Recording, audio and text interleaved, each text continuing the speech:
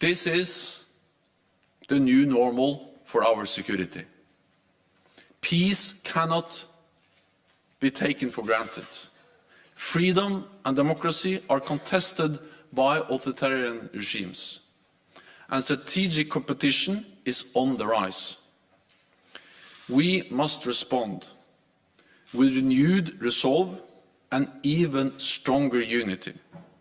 North America and Europe together in NATO.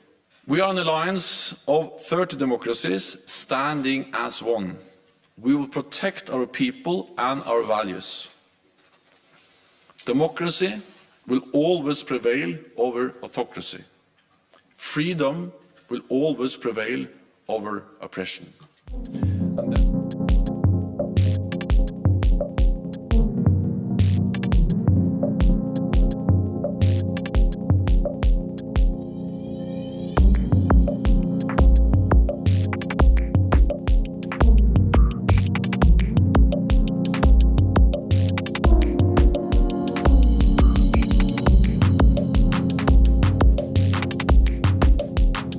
Russia has attacked Ukraine.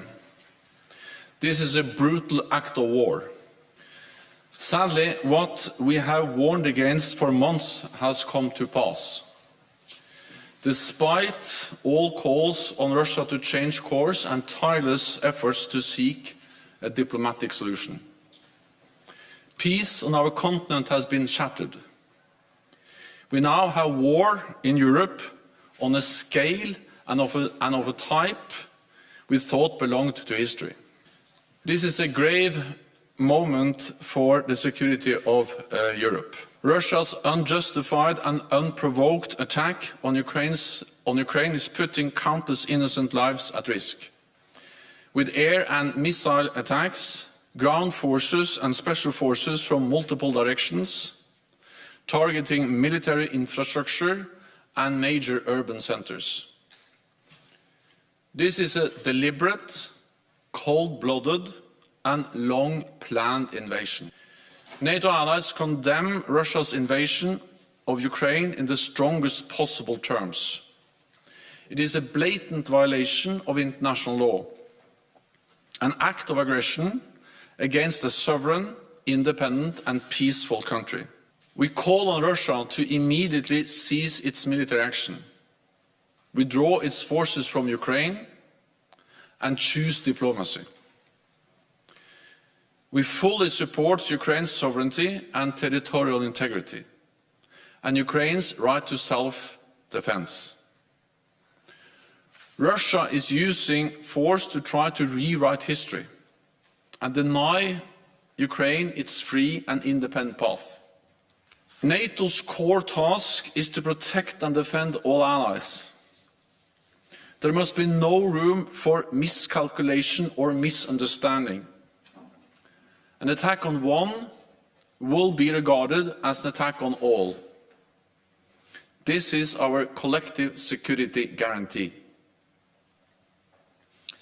Today, the North Atlantic Council decided to activate our defense plans at the request of our top military commander, General Todd Walters. This is a prudent and defensive step to protect and shield allied nations during this crisis. And it will enable us to deploy capabilities and forces, including the NATO response force, to where they are needed. In response to Russia's massive military build-up, we have already strengthened our collective defense, on land, at sea and in the air.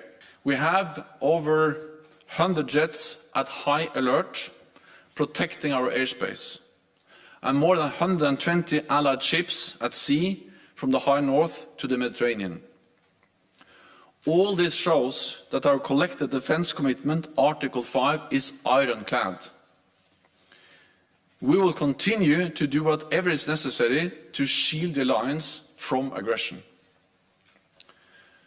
I have called a virtual summit of NATO leaders tomorrow to address the way forward. No, there are no NATO combat troops, no troops, NATO troops at all inside Ukraine. We have made it clear that we don't have any plans and intention of deploying NATO troops to Ukraine. What we have made clear is that we have already increased, and we are increasing, the presence of NATO troops in the eastern part of the alliance on NATO territory. Ukraine is a highly valued partner. We have supported Ukraine for many, many years.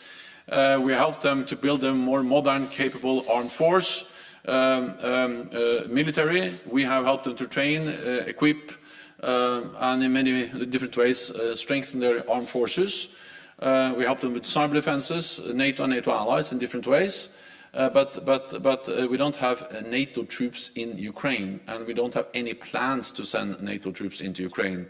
But we are there to protect and defend all NATO allies. So we support Ukraine. We provide absolute security guarantees for NATO allies.